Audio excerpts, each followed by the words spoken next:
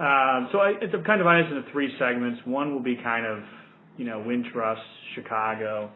The next segment would be on the kind of banking today, and then kind of M&A. So let's just kind of continue with Wintrust in Chicago. I have to say, Ed, certainly, when you look at banks that saw this financial crisis coming and actually did something about it, I mean, I can only come up with half a dozen to a dozen banks, and you're certainly on that list. So how did Wintrust pull back in 2000, 2008, and why, and what scared you? How did you kind of see this disaster coming and brace for it? Well, really, it was in 2006 that we were looking at it, and banking is cyclical. It hasn't really, the risks of banking and the cycles of banking haven't changed since the Medici's, back in Florence, Italy, 400 or 500 years ago. What we saw, there were a couple things. There were some technical issues that we saw, which is, every time there's an inverted yield curve, it's followed by a credit cycle. And for the most part, the credit cycle goes for the length of the inversion, and the severity of the credit cycle can be measured by the depth of the inversion, so the slope of the inverted yield curve, and that was a pretty reasonable slope we had going there. But then secondly, we don't change our lending policies or standards or our profitability to meet the times. One of our favorite quotes is from Omar Bradley, who said, "Set your course by the stars and not by the lights of other passing ships." So our profitability models and our loan policies are based on history and based on good, solid, conservative lending, and they act as a circuit breaker. So when the market moves away from a profitability standpoint or for terms and conditions standpoint, it just shuts down. We don't make exceptions to it. We don't change it to follow what everybody else is doing and use convenient logic. We just say, we're done. And that's what was happening. The credit markets had moved away from us. Spreads had moved away from us. You saw the technical issues of the inverted yield curve, and we said, we have a cycle coming. We also thought we were due for a cycle around the time of 9/11. You can almost about every 10 years you have a cycle of one sort or another. And the 9/11 catastrophe really, and what the Fed did afterwards, dropping rates and pumping money into the economy, really forestalled that, but it also exacerbated what we were going to get down the road.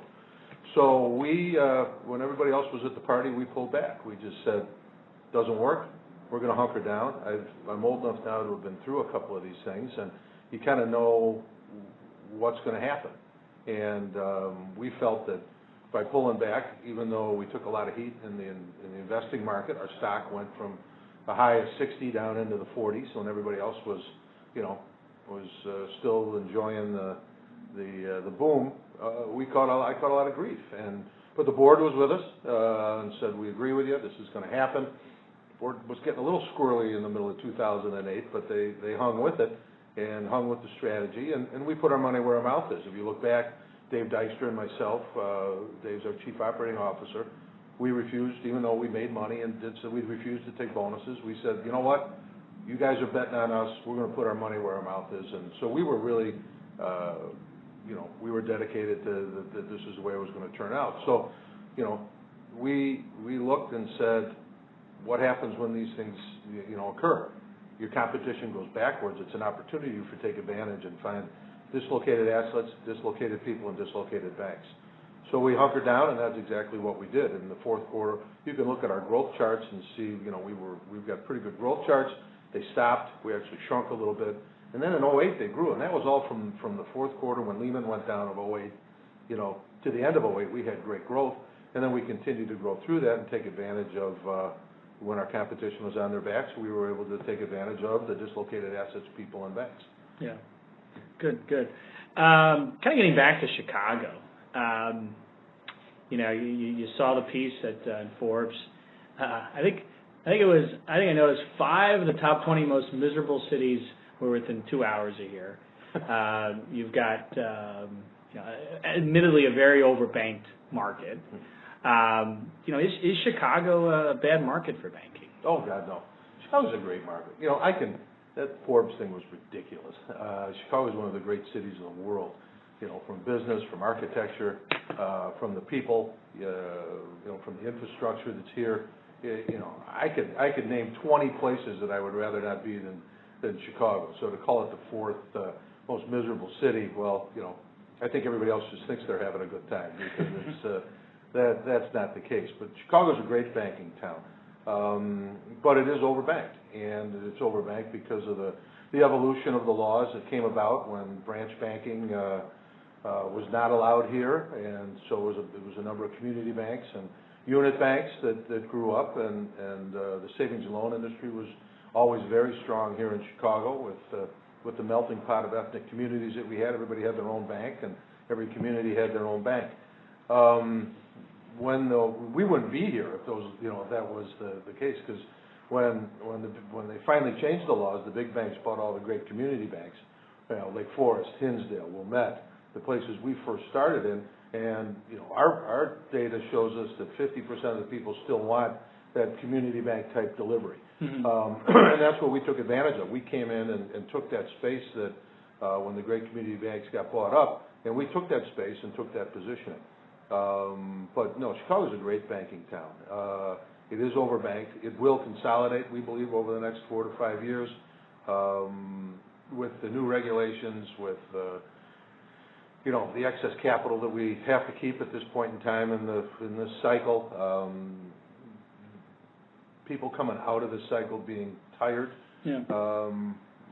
We see it now. We've seen it for the last 3 years, and we think it'll keep going on. That you can't. I'm not saying that they won't survive, but they're not going to be able to thrive like they used to. So we expect there to be a consolidation of banks $1 billion and below in this market.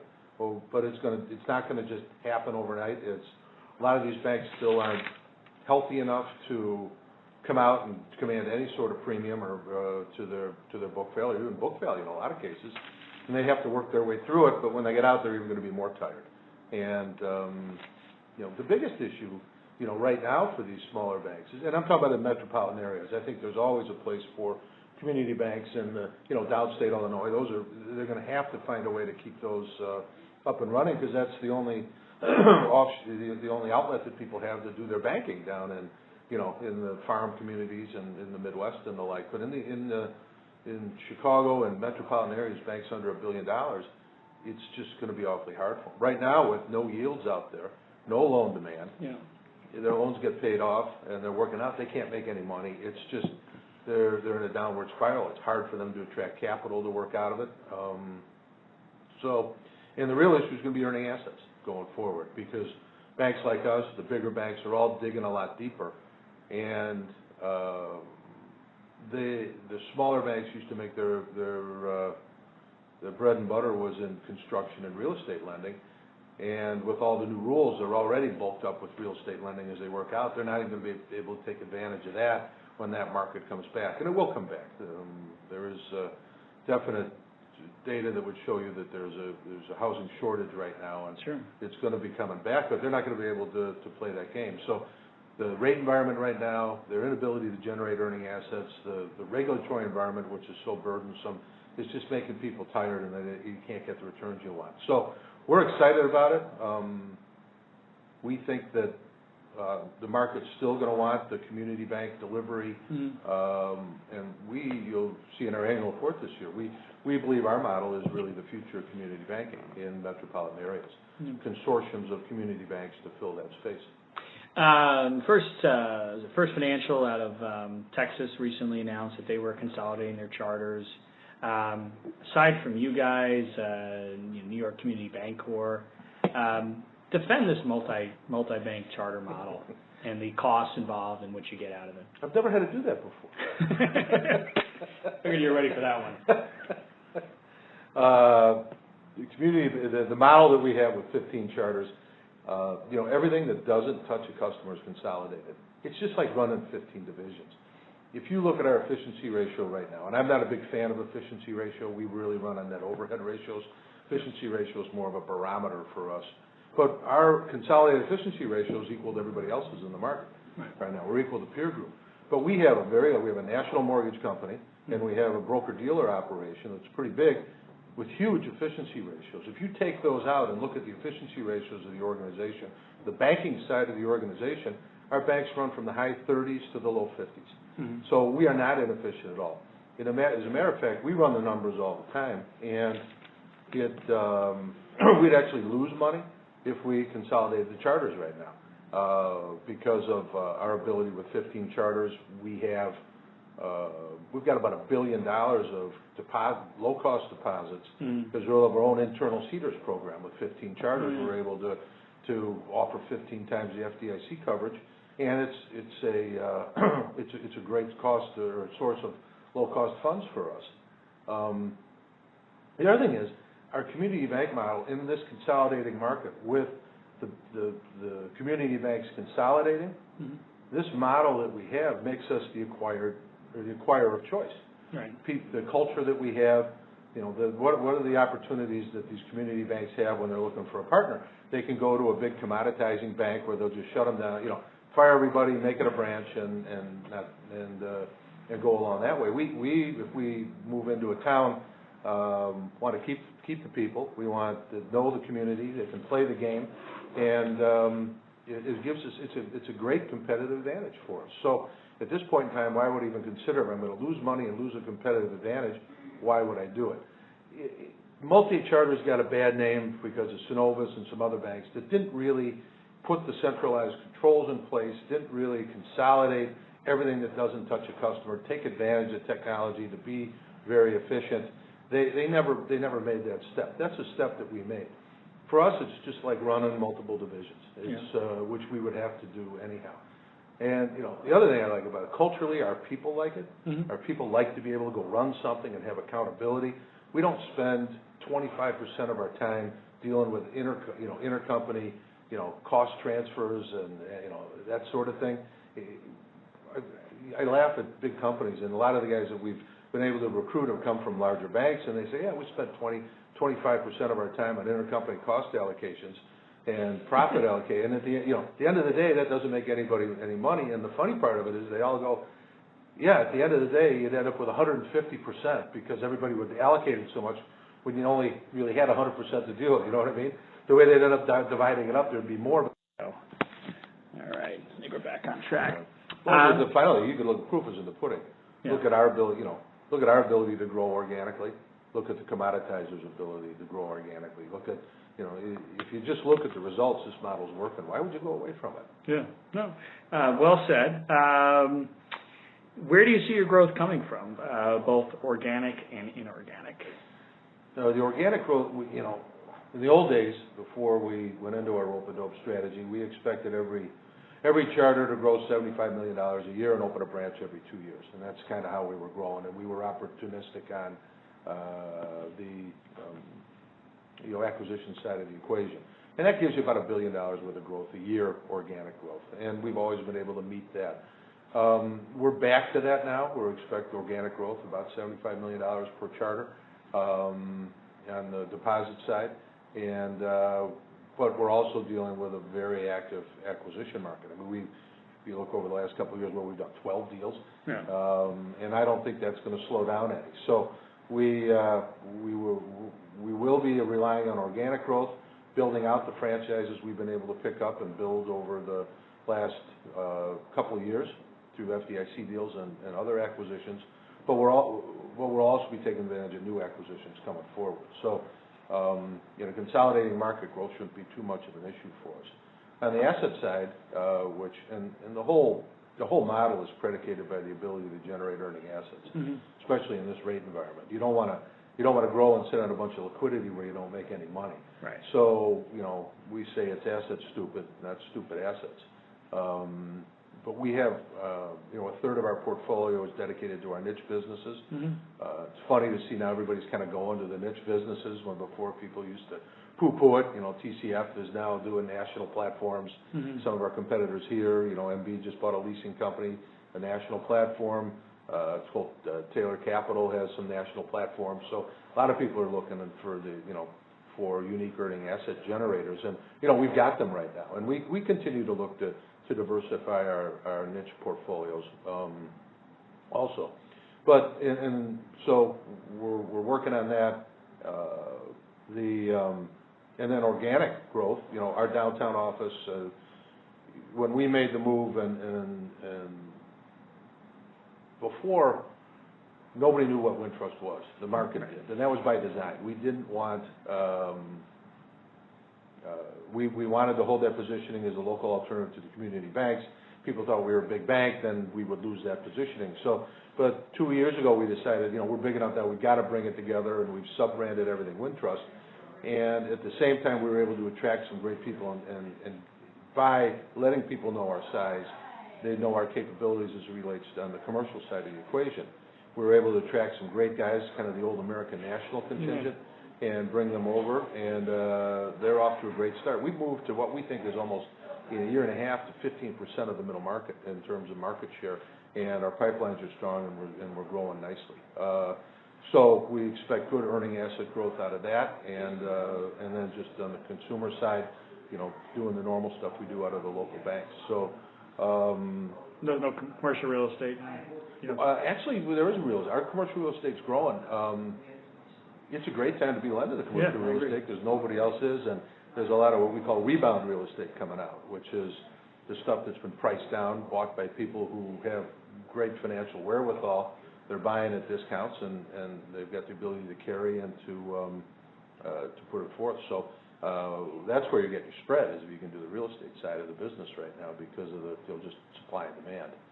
So, but that's the vulnerability to the model. If the market moves away from us again because of this low rate environment, and people start stretching more and more, our circuit breakers will kick in again, and that's the vulnerability to our growth going forward. Is C&I the next bubble? Not yet. I think the stock market's the next bubble right now. Yeah. I don't believe C&I is the next bubble. We see some of it out there, but not like you did back in 06, 07, 08. We haven't seen the idiocy pop back in. You haven't seen the shadow banking system get as active as they have been in the past. So yes, there is competition, but we are able to book. Again, we don't change our policies or our profitability parameters, but we've been able to book business that's profitable to us. So we haven't seen it, but it doesn't mean it's not going to happen down the road. So I don't think C&I will be the next bubble. I don't think real estate will be the next bubble. I think you'll see there's a lot of people doing things on the investment side again that are kind of going to the nooks and crannies and looking at some complicated deals, and that's going to hurt them down the road when rates rise. Yeah. So I think that's going to be probably a problem down the road, but I don't see a bubble in C&I. I also chair the board of Summercore, which is the 504s, and I've heard for years you've kind of resisted on some level being more active in SBA, and you've embraced that over the last couple of years. What was kind of your change in tune with your attitude towards the government lending programs? The issue with we always were involved, but with 15 charters, we had 15 guys in 15 different banks that all knew something about SBA, but nobody knew everything. Yeah. And once we got the Wintrust brand going, it made sense to get that expertise in market, and we were able to hire Tom Huffman, who brought a crew over with him, who was well-versed. He's an expert in all facets of SBA. And once, we have that expertise now, we're able to push that out, and we can do it under the Wintrust brand, right, which is helpful. I think we moved up to number 2 in the state last quarter in terms of SBA lending, and, our goal is to be number 1, and number 1 by a long shot. So it was more just getting the expertise and the delivery mechanisms in place to do that. Mm-hmm. I think our branding has helped. The Wintrust name is known now. We can sell Wintrust, SBA as opposed to Lake Forest Bank or Hinsdale, and we can distribute through those guys. But with our advertising now, people know, and we're doing a lot of advertising on the SBA front too. So we expect that to be a nice little niche for us going forward, and something that allows us to serve, the market better. Yeah. I've heard just through the grapevine that, and I don't disagree with this philosophy either, but you seem to subscribe to the theory, once a deadbeat, always a deadbeat, I've heard anecdotally a deal will come in and that's a borrower that may have wronged you in the 80s, 90s. Give me your thoughts on that. Well, fool me once, shame on me. Yeah.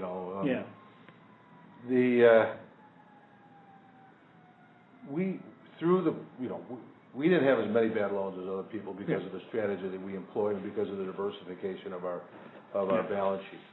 And when we did have them, we would work with the borrowers, and the borrower worked with you. And hey, as Forrest Gump says, it happens. If the borrower would work with you, we get out the best we can. We didn't hold a grudge against those guys. The guy showed character through there, stood up for what he said he was going to do, and just said, "Man, I tried everything I can." We've had people who sold their house and tried to pay, and it's like, okay, we'll work with you. We'll let you. We were not fight to the bone guys and chase them until they died. But on the flip side of that, you also get to see the bad characters. The guys who say, "Screw you, I'm going to sit on my boat and come and get me." I'm going to sit on my boat in Florida and come and get me. And you're like, why would you ever want to do business with a guy with bad character? Lending is all about character. You can get your collateral, you can get your documentation, you can do all of that stuff. But when especially in the community banking delivery mechanism, if the guy's got bad character, why do you want to do business with him? You can go someplace else. So, a lot of these real estate developers, they took great pride in how they were able to screw over the banks. Not all of them, but many of them did. They'd sit down and, I was sitting at having lunch at Gibson's one day, and a couple of guys were behind me, and the one guy they didn't know I was a banker, and their names will remain anonymous for this point, but I knew who they were. And the guy's going, why aren't you, everybody's screwing their bank. Why are you doing this? One guy's saying, I'm not going to do that. My name's more important to me. And I'm going, oh, my God. But it would seem to be, there was a red badge of courage if they could screw over their bank. They're all showing up again under different names and in different, backers and whatever. And it's like, I'm not doing business with them. Life's too short. So character is everything. And if a guy shows bad character, why would you do that again? Last question on Wintrust in Chicago.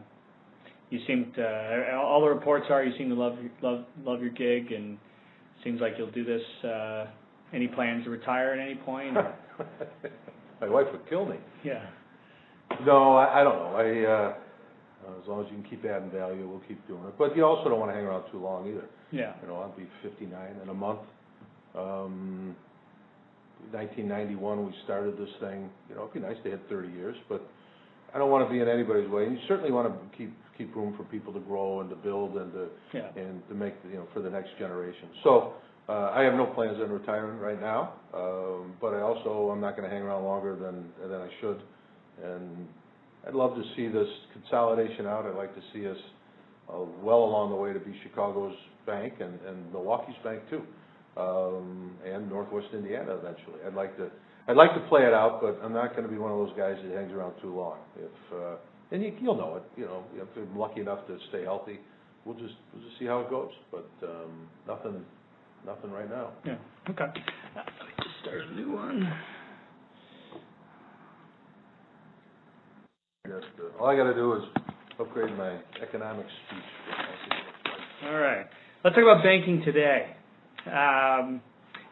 Is community banking as we know it dead? I think you have to look at the definition of community bank. What is community banking? Right. We view it, and you have to read our annual report because it's all about that. We view it as a delivery mechanism. It's a culture and a delivery mechanism. So the culture is being part of the community, getting involved in the community, given that and it results in giving a delivery system that's very close to the customer and very involved with it. That's what we consider community banking, and there's a gazillion definitions out there. So you say, is it dead as we know it? I think it's not dead. I think that the model is going to have to change to deliver it. The unit banks banks under $1 billion in metropolitan areas are going to have an awfully tough time, as we talked about earlier, thriving. It's just the metrics just don't work for them right now. So there's going to be people stepping up who are going to fill that space as long as people, and again, 50% of the people in our data survey still want this sort of delivery. So I think the model is going to change in metro areas. Mm-hmm. That you're going to have the bulk. You're going to have to kind of do what we did and make sure everything that doesn't touch a customer is consolidated or standardized or centralized, and then push everything else as close to the customer as you can. Maintain great controls over what the individual banks do, and I think you can thrive like we are. So I think the model's got to change a little bit, but Mm-hmm. the independent community bank in metropolitan areas are going to have an awfully tough time surviving. Not surviving, thriving. They're just not going to be able to generate the returns. So why put your money there? In rural areas, it's the only way around. And I've been thinking about that a lot. I mean, we have so much to do here in our target market area, but eventually something like that has to happen down in the rural areas because they're going to have the same issues. But fortunately, they have farm lending and ag lending, and they can generate some assets down there. But I think the bigger banks eventually will move down there and start taking that asset generation away because they can do it at a lesser cost. So, something's going to happen in the rural areas to maintain financial outlets for people, much less anything else. So I don't think it's dead. I just think it's going to consolidate and it's going to reorganize a bit. So a market like Chicago, how big does a community bank need to be to have the requisite scale to generate an acceptable return to their shareholders? And a lot of people say $1 billion. People often make distinction between a market like Chicago and say a market like, say, Bloomington. Your thoughts on that? Well, I think a market like Chicago's got to be. We've said $1 billion and up is with some unique asset generation capabilities. But I think $1 billion is what you need to support all the costs that are inherent in the business right now. It also gives you more ability to generate capital. Smaller banks, it's harder to generate capital.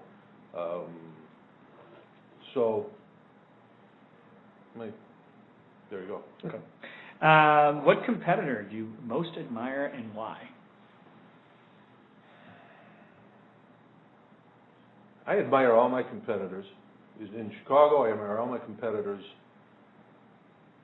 But if they're, from a competitive standpoint, we're very competitive here. If they're drowning, I'd probably stick a fire hose in their mouth. But they all done a great job. They've all made through here. They all have different attributes, and they're all.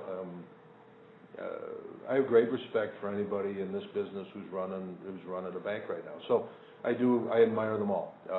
They all have different cultures. Everybody's got a different culture, different way to skin the cat, and you can learn from that. You can learn maybe how you want to do things, or maybe how you don't want to do things. But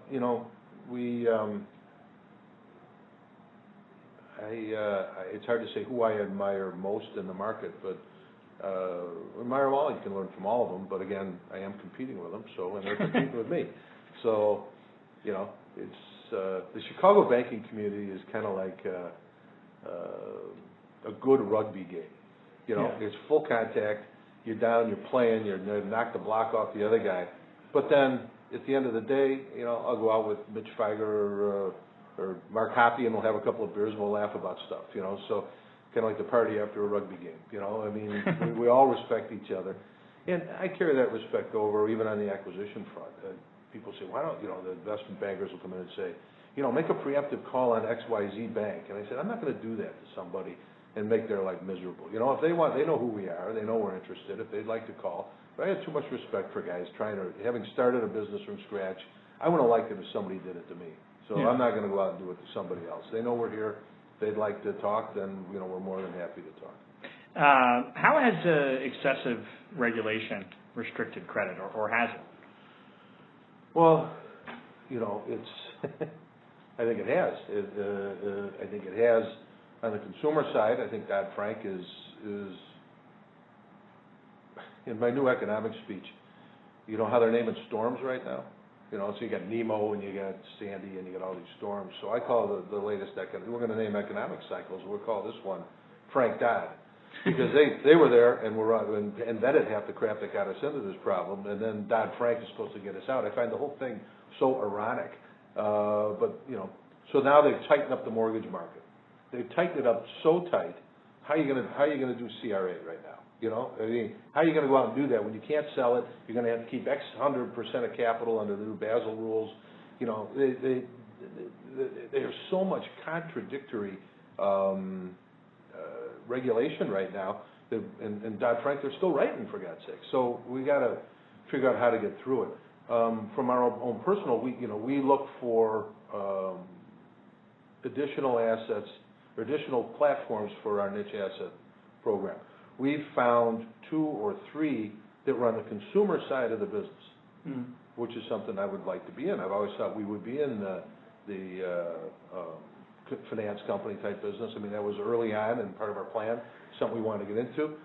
We've walked away from it because I feel that the CFPB, any consumer business you're making money in, they're going to come and they're going to whack it. So why would you go buy it if there's so much uncertainty and they're going to come and take half your profitability away? That's the only way I can look at it. When you have preemptive things like the Durbin Amendment and where they just start taking your revenue away on the consumer side, you got to be really careful there. So I think they have I think they have hurt the lending side of the equation here.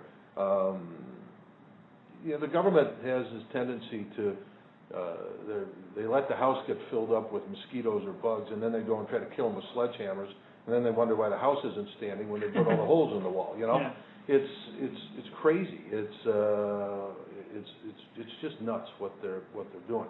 Certainly they needed to tighten up the mortgage side of the business, but not to the extent that they did. They needed to leave some leeway for good common judgment for us to help people out. You can't regulate everything in life. Life is not linear. Business is not linear. You can't try to put everything into a box because it just doesn't work, and you will lose a lot of the creativity and the imagination that's made this economy and this country what it is. If you try to regulate all the risk out of the business, you will get no reward, and that's what they're trying to do. Like the old saying, those who will sacrifice liberty for security shall have neither. Right. Yeah. So Dodd-Frank, not a good idea? Parts of it work. Parts of it work. Yeah. To throw that thing together in like 2 weeks, and it's kind of like the healthcare bill. We'll read it later. We'll figure it out later. Certainly, some things needed to be done, and some animals needed to be put back into the barn. Everybody forgets, who invented, Alt-A and all those crazy mortgage products? Fannie and Freddie invented those things, right? Yeah. They invented them. And then, so what's Wall Street going to do? They're going to follow. Wall Street's going to try to follow and make money any way they can. The government invented those things because they wanted everybody to live in a house, and it just doesn't work. So now they come down and and now the pendulum's come way back too far. They needed to rein in mortgage lending, but they think they went overboard. They hit it with a sledgehammer again. Some of the rules as they relate to the derivative side of the equation, that it has to be a qualified borrower now to be able to get a interest rate swap. Why? Yeah. Why? It doesn't make any sense. Did derivatives really hurt this market that much on the banking side of the equation? I don't think they did. I think bad lending did. Yeah. Again, go back to the Medicis. You got the 6 risks. You got, political risk. You got interest rate risk. You got liquidity risk. You got credit risk. They haven't changed. So if you're going to have to rely on some common sense. And like I said earlier, you can't put everything in a box, which is what they're trying to do. It doesn't make any sense. It's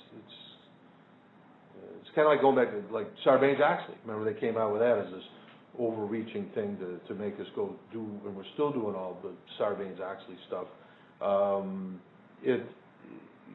Was that necessary for every company to go through and do all of that all the time? When we're already totally overregulated. They continue to stifle business with these regulations. But part of Dodd-Frank was good. Some things need to be done. Probably about 25% of it was good. 75% of it is just ridiculous. One example, the stress test. Yeah. The FDIC came out and said for a bank our size, it'd take 25,000 hours to do the stress test right. Yeah. $25,000 for something we won't even use. Right. We won't even use this thing. Let's try to think of everything that could possibly go wrong, put it in a model, and see if you'll have enough capital. Well, good luck with that, you know? Yeah, models are what got us in this mess. I agree with you. Yeah. You know, it's those 5 or 6 risks. Manage those risks. Don't follow the herd all the time. Use common sense, and you're not going to get into those troubles. Yeah. So a lot of the stuff is a lot of busy work. It's just a lot more paper, and it's not going to solve anything because, you know, go back to the stress test. Think about that. What's the approach? Okay, you guys all do your stress test. Turn it into the Fed because I think the Fed's trying to figure out what the best way to do it is. We'll turn them in. They'll comment on them all, and then the next year we're going to have to publish them. Right. You don't think? I mean, you're going to be able to drive a truck through the assumptions used by X bank and Y bank sure. to get there. We've always been very straightforward, try to be very transparent, and there's other banks out there that don't do that, and they're going to game it. What good does it do? It's, you know, and then they'll put 2 up next to each other and say, look at you and now look at them, and why are you so different? And I'm going to have to explain a stress test that I don't really even care about. You know. Have you seen the FASB proposal for fair market accounting? Yeah, well, for estimating loan losses going forward, the proposal they put out, where you're going to basically, your FAS 5 reserve is gone, and you're going to have to estimate. Every bank is going to have their own model to estimate the future losses. We basically, you know, that's not far off of what we've been doing. Yeah. So that really doesn't affect us that much. Okay. And I don't think it'll be, I don't know how it's going to affect other people, but that's basically what we've been doing is every quarter building it from the bottom up using specific reserves and then calculating the general reserves on loss ratios that we've had in 200 categories. Right. So, I mean, every quarter our documentation for our loan loss reserves is like, you know, 1.5 feet thick as we build it up loan, by risk rating, by type of loan. So we've been doing that pretty much all along. I'm more concerned with the one that the exposure draft that just came out related to, you know, fair value accounting on financial instruments. Right. All cash flows again. Well, good luck with that. Again, the assumptions are going to be so wide between banks that you're going to be able to drive a truck through them. Yeah, our complaint with both of those rulings from FASB is they both were cop-outs. It was like, okay, banks, you go figure it out. Rather than set a model, they're either going to defer to the banks themselves, and you have each bank with their own model, which causes competitive disadvantages and advantages, or you leave it to the regulators to do it. And I just felt, we just felt that those proposals, if you're going to do something, go out and say this is the way it should be done. Right. Basel III. I mean, I know the new risk weightings on assets have been very controversial. Thoughts on Basel, particularly the way the risk weighting of assets is going to change? Well, the whole premise of Basel is screwy. We want to be like the Europeans. Yeah. Really? I don't think so. I don't want to be like them in any way, other than they eat well. But we've run it. I mean, we've run it through our data, and although things will go up and down, basically we'll be right about the same. I think that what it will do is stifle lending again. You know, anything with development in it is going to be, what, 150%? Yeah. So again, they're trying to evaluate risk based upon the last bubble, and it's gonna, you know, it doesn't make a lot of sense. So it will be complicated. We're already building it into our profitability models, and we have a very simple profitability model to make it a little tougher. But some profitability models that banks have out there look like the schematic for, you know, a jet engine.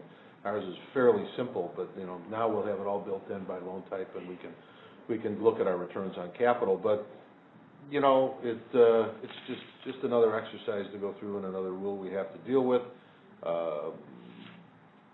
My problem with it is that it's, you know, go back in time and remember when mortgages were the least risky assets? Yeah. You know, and now they aren't because they let it get out of control, and then they'll come back, and it's trying to box that stuff up doesn't make a lot of sense to me.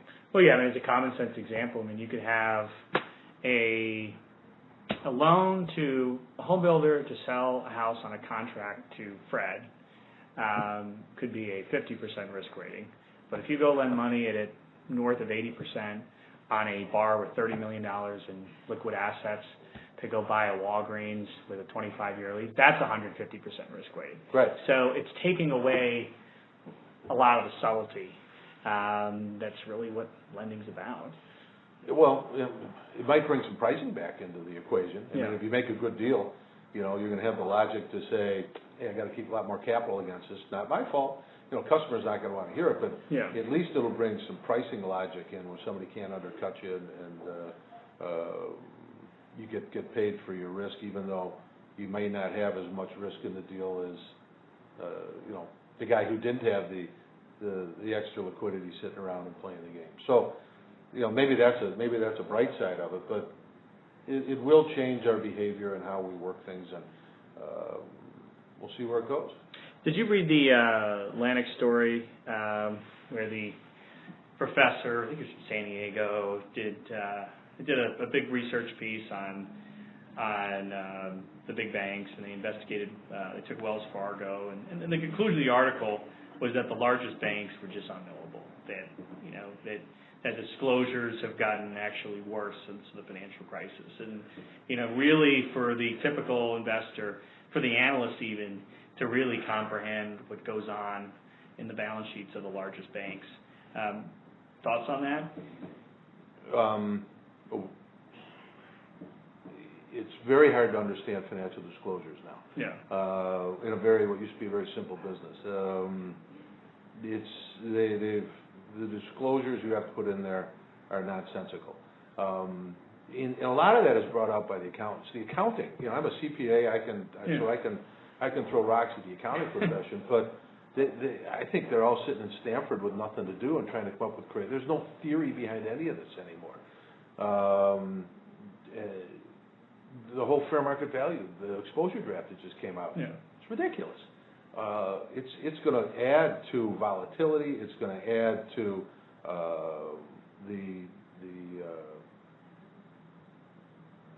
the variations in numbers in terms of how they're going to apply these things. Mm-hmm. The comparability between banks is going to be almost impossible because of how complicated they're making the accounting. The farther accounting gets away from cash, the worse it is. And so I agree with you. I mean, I don't know how anybody can read a 10K and come away with any more information than need be. There's so much information in there. I think you just go back to basics and say, I got net interest margin, I got fee income, and I got expenses. Yeah. And all this noise on the outside of it, trying to evaluate what all the risks are and what could happen and what couldn't happen. If they just went back to simple accounting, think of hedge accounting, how they screwed that up. I mean, it's impossible to get hedge accounting right now. And we've given up, in terms of, we think rates are going up. We're buying interest rate caps right now, and I'm saying, there's a business purpose for it. We're doing a macro sort of hedge on the balance sheet. And I can't get hedge accounting on it. I said, I don't care. I'm looking at the economics of it long term. Even though I might have to write it down because of moves, it's kind of like buying insurance. Right. And just because my house doesn't burn down doesn't mean my insurance wasn't effective, Right. So I've got this in place. I know what it's going to do long term. If it comes around, that's great. But the way you have to account for it is actually absolutely opposite of what the intent is and what it's actually doing for you. So I think the accountants have made it hard. I think the SEC has made it very hard. And I don't think it's going to get any easier with the rules they're putting out. So that professor can write that next year, and he's going to be even more befuddled by the. I'll forward it to you. It was pretty interesting, and it wasn't a blatantly anti-bank piece either. I think it was like, and they had a lot of ex-board of governors from the Fed who were saying, I don't know what's going on in the balance sheet of Bank of America, the city, and so on. Well, you bring up it's too big to fail. Those companies are awfully big. And I always wonder, how can Jamie Dimon or John Stump sign their Starbucks and their 10K? Can they really know what's going on in their company? I know a lot what's going on here. I tell you, I don't know everything, but yeah. Well, to that note, one of my good friends is the chair of the audit committee of one of the largest banks, and I don't think he could tell you what Dodd-Frank is. Yeah. I laugh at the whole strong board, strong bank concept because they assume that there's all these great board members out there that really understand what's going on in banking today and are keeping up with what's going on. I mean, the industry is becoming, almost like technology, where if you're not in that space, it's very hard for someone on the outside to say what's going on. We're basic guys, and we were talking earlier about our model. What our model allows us to do is we've got accountability down to the lowest levels, so that like 50 grand is a material issue in a bank. You can pick it out and go, what's that? What's that? Down to the real cash issues. Yeah. We can figure it out because we look at it in such detail. If it was a much bigger bank with a lot of internal transfer pricing going on, you would lose all of that. So to go back to when we were really talking about Wintrust and our model is very clean, and it allows us to know exactly what's going on in each company, and it also is a hedge against having systemic errors. Yeah. It's very hard to have a systemic error in this organization. You wouldn't say this in an interview, but if I were to ask you, Ed, tell me your 10 largest customers. Tell me your 20. The Wintrust is small enough where you can pretty much have a lot of direct knowledge of what's going on in your institution. Absolutely. I can go online. We built an app. Yeah. I can go online. I can go to each bank and I can just start drilling down. I can tell you the 10 largest customers by category in each bank. I can tell you the loans that were made. I can tell you the pricing that was made last week. I can tell you anything that's going on. I have that data at my fingertips at all times. And using technology is the great equalizer, and building we like to say, put the plumbing in before you flush. We've got the data that we can, we can drill down every place. Yeah. And we have a materiality limit that allows us to do that, and we have layers of accountability with a bunch of guys looking at it. And that makes me feel comfortable, and I can get down into any organization very quickly and know what's going on. The analysts, I know you've complained about the analysts not always getting your bank. Just in general, my take is many of these analysts that cover banks really don't have any clue what these banks do. Give me your thought on how well do the analysts that cover banks, not necessarily yours, understand the banks that they're actually following? That's a good question, and I don't know if I've complained about it. I've said that, that's my job, right? I'm supposed to be saying, hey, you don't understand me. My stock should be higher. Right. Divide the analysts into two camps. You got the old-time guys, and you got the younger guys now. The old-time guys have seen a couple of cycles. They understand it. The worst thing that happened to the analyst community is the spreadsheet on the computer, because they all believe life is linear, and they all can get the data now from SNL, and they can just compare, so they can compare and try to pick out their picks without actually going down and understanding the business. Right. And a lot of that is because they have too many to cover, because the whole theory is, well, it's a homogeneous business. Go run your, we call them screen scrapers. Go scrape the screen, figure out why this number is, who's best on these ratios, and then they go after them. If you are cumbersome, if you are complicated, they don't understand it. They don't want to understand it. They don't have time to understand it. They love the commoditized banks. They can look at them and they can make sense out of them. Somebody like us, who's a growing company, who's got niche businesses on the side, they don't have the time to sit down nor and figure it out. So I think we kind of get pushed to the side, and they leave the basics out. I don't think anybody has raised their tangible book value per share 10%, over their lifetime and over the last 5 years. Right. They don't look at that stuff anymore. The old guys look at that. Mm-hmm. And I think one of the other problems with the young analysts is that they have their model. And if you don't make their, so they'll run their model. We don't give guidance. They think life is linear. Mm-hmm. They take, and then if we have a bargain purchase, or we come in over or under, they then have to justify to their boss why they were off. Right. So then they start saying, well, this doesn't count, this doesn't count, this doesn't count. So then now you've got, we got GAAP, RAP, and AP, analysts accepted accounting principles, which are convenient to try to get them and justify why they were wrong. And I think a lot of it is the system and the overburdening that they're putting on these young guys that come in. It drives me nuts when we're out at an investor conference and when people sit and talk to you about your business and make notes and ask you questions. And then you'll get the guy that comes in, opens his computer, and just starts looking at the S&L numbers. And you know, when you do those, it drives Dave Dykstra, who's with me most of the time, nuts. Because by the end of the day, when you've talked for 8 straight hours and told the same thing to 12 guys, you know, for 8 straight hours, and then the guy comes in, and I'll go, and he'll see my eyes start rolling back, because you know the type of analyst that's their investor that's coming in, and I'll just go, shut that damn computer and listen, you know, just listen for a little while. I'll stay with you later if you want to go through your model, but just listen.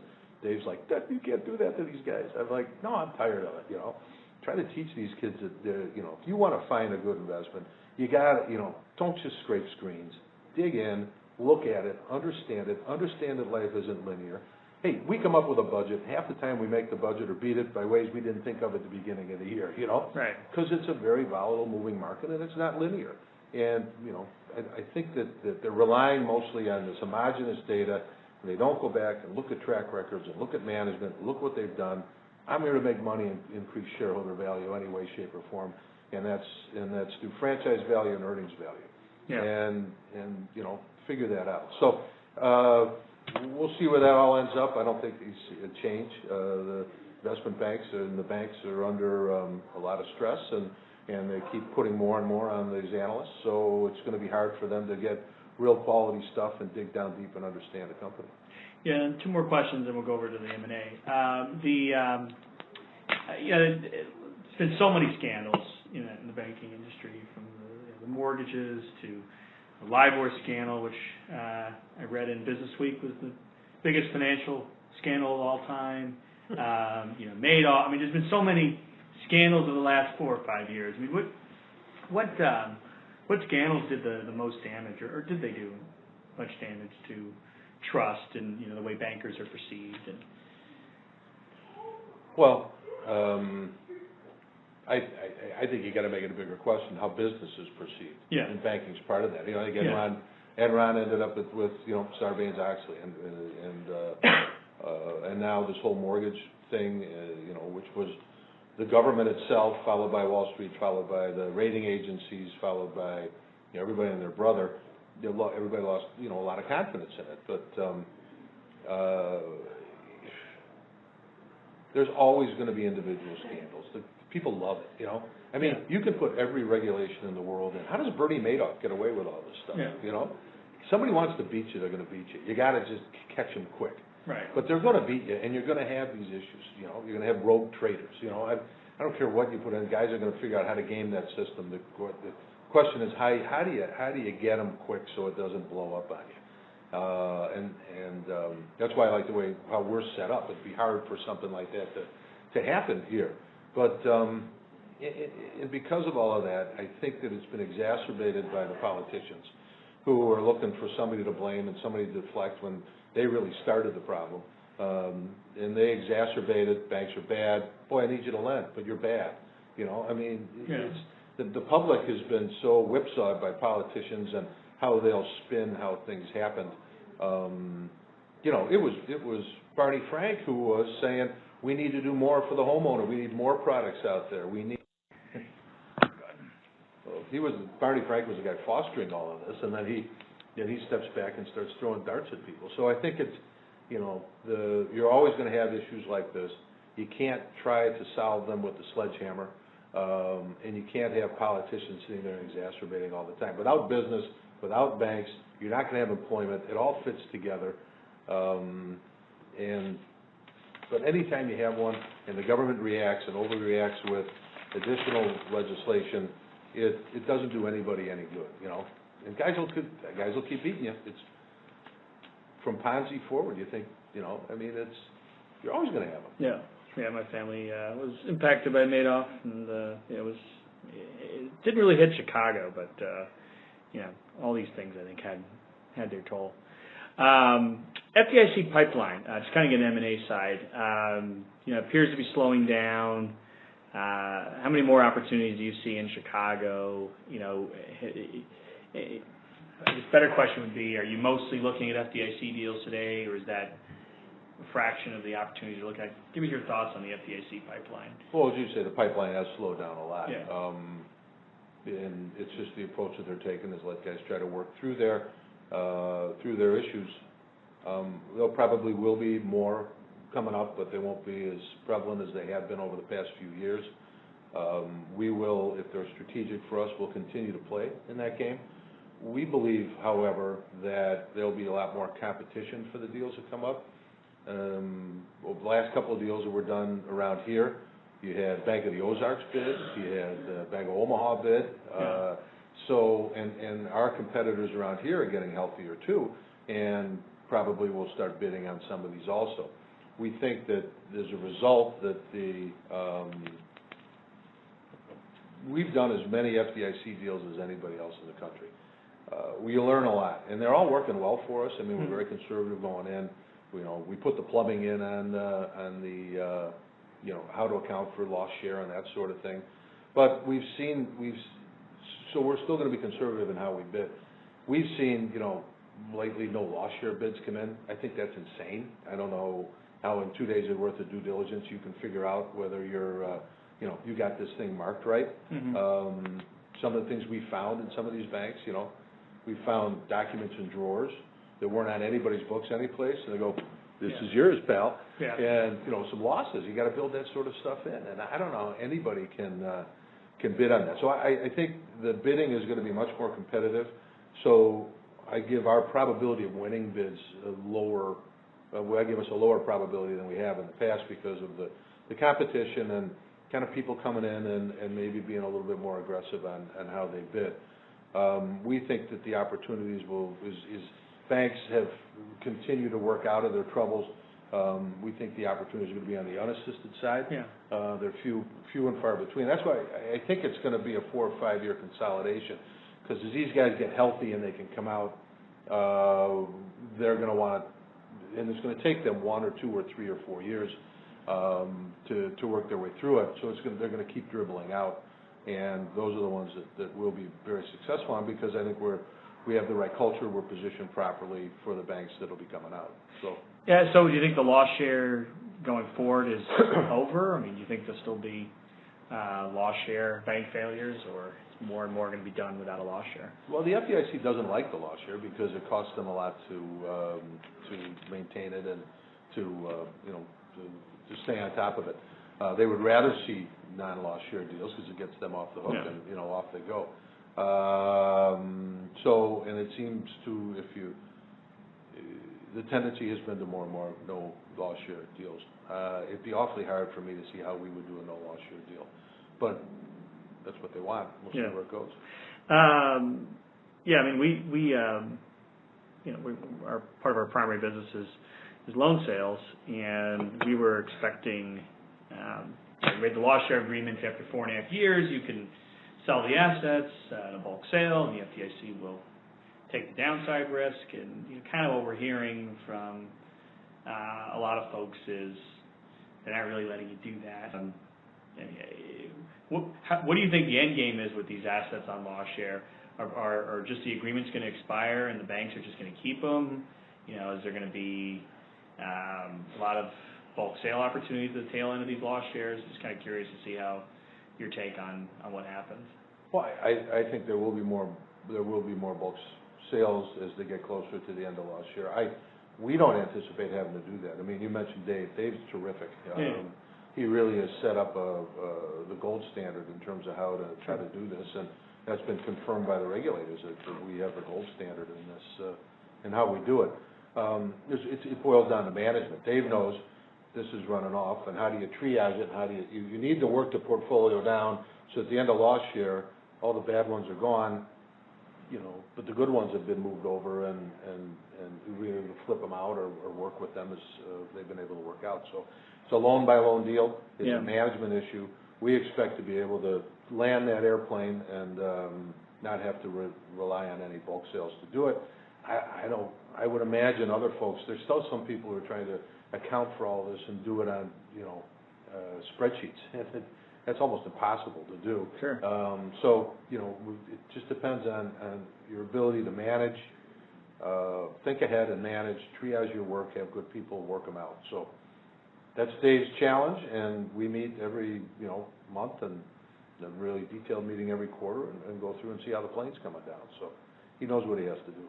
Yeah. Getting back to kind of M&A opportunities. So, you mentioned Milwaukee. You're obviously a dominant player in Chicago.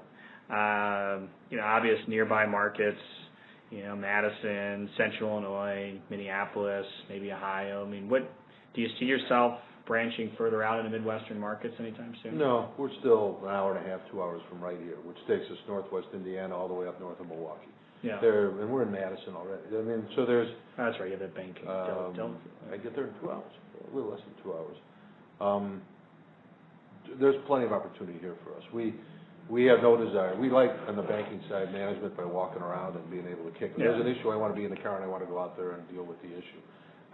And there's huge opportunity here for us. This is the market we know. Yeah. We understand. We've been asked to come to Indianapolis or St. Louis or Minneapolis. I have no desire to do that. Yeah. We'll do that in our niche. Our niche businesses are national. Our premium finance business is international now. We have a Canadian operation. Our wealth management business is national. Our mortgage business is national. Our finance company that does temporary help businesses is national. Our niche businesses, we're very comfortable with the national aspect of those. But on the banking side, we're going to concentrate right here.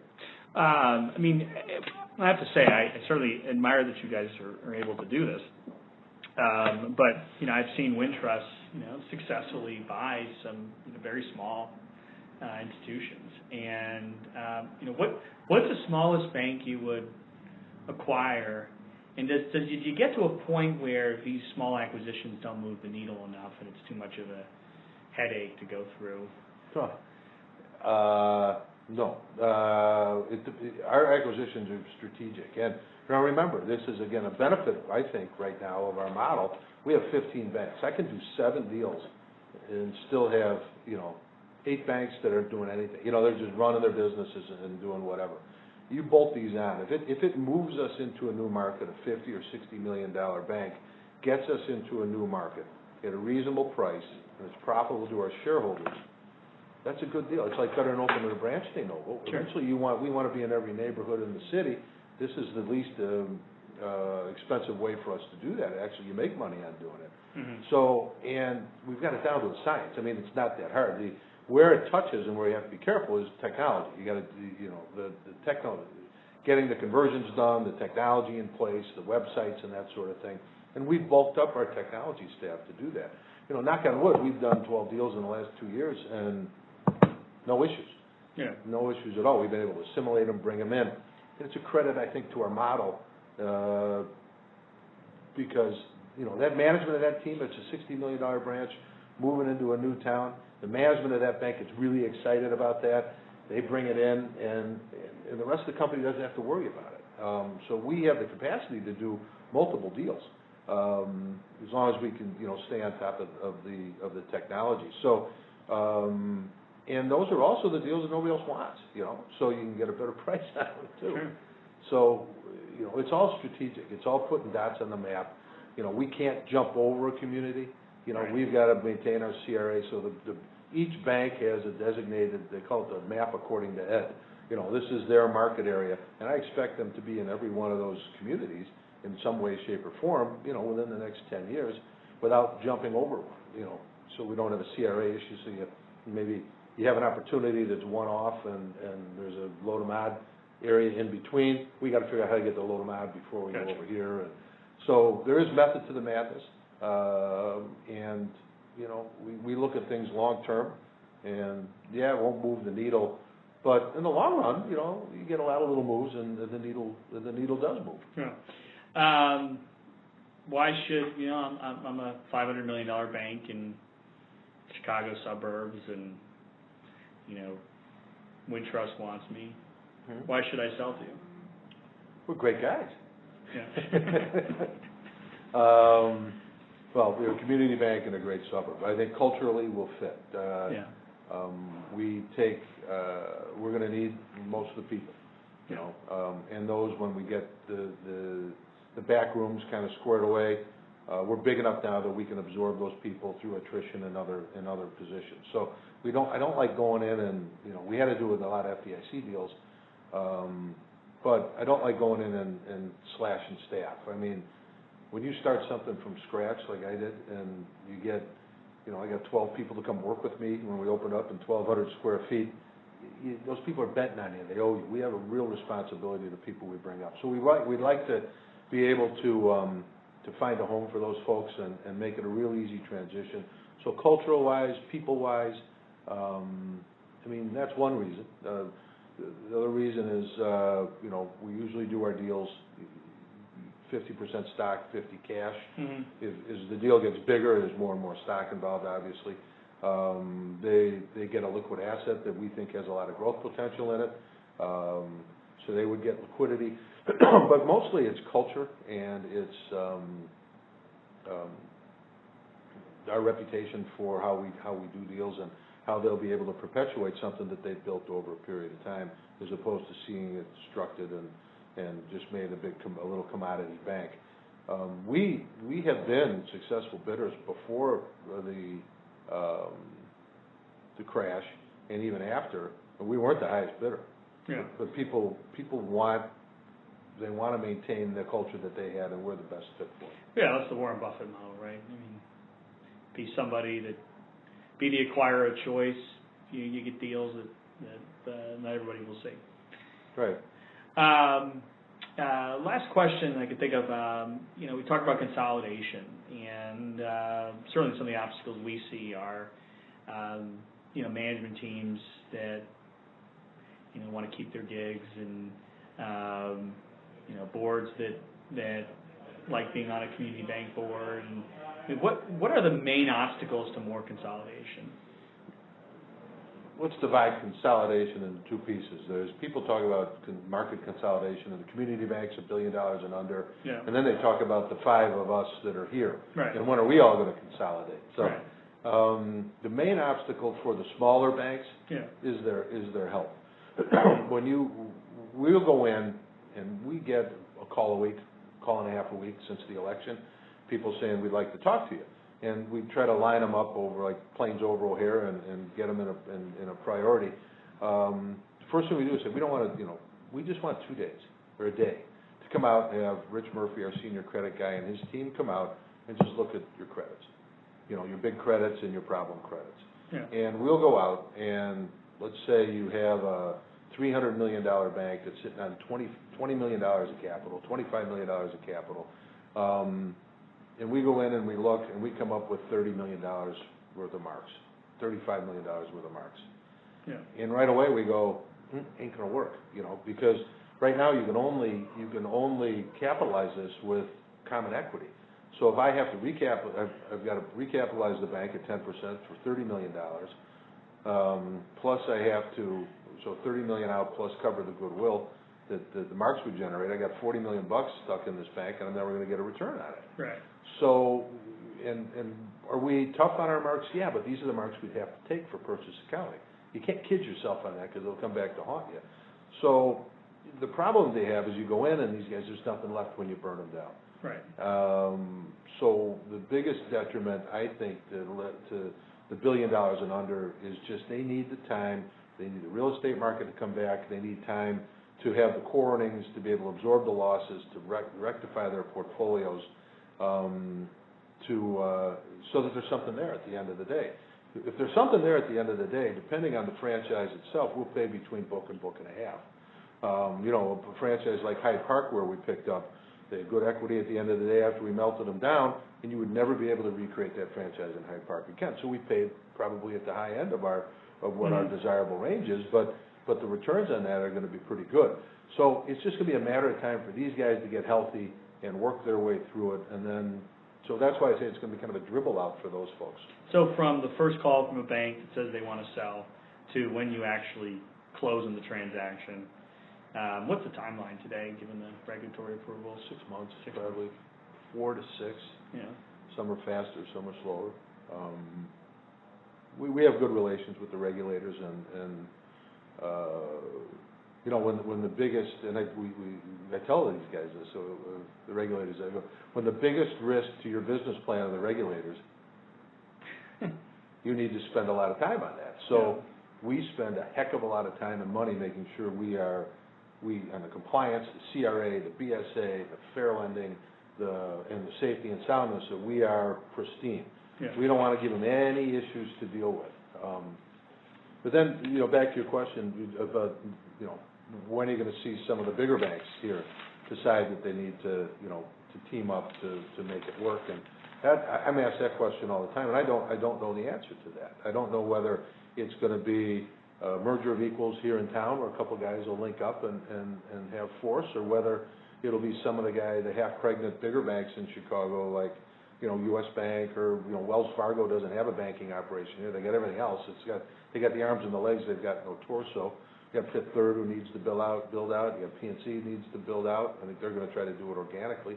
When are they going to come in and start to, you know, because they don't want to do these little deals. They want to do big deals. Yeah. So that's a $64,000 question. I always said that at the end of the cycle, that out of our 5, there'd be 3 of us left, maybe. But maybe that won't happen. Maybe we're all gonna slug it out, and that'd be fun. You know, I think a lot of the guys here would like to continue to play the game. Chicago's a big enough town that we can do that. We expect to be able to kick their butts up and down the street, but that's because we're competitive. Again, the rugby game, we love to compete, but we love our competitors too. Yeah, well, this has been great, and I really appreciate your time.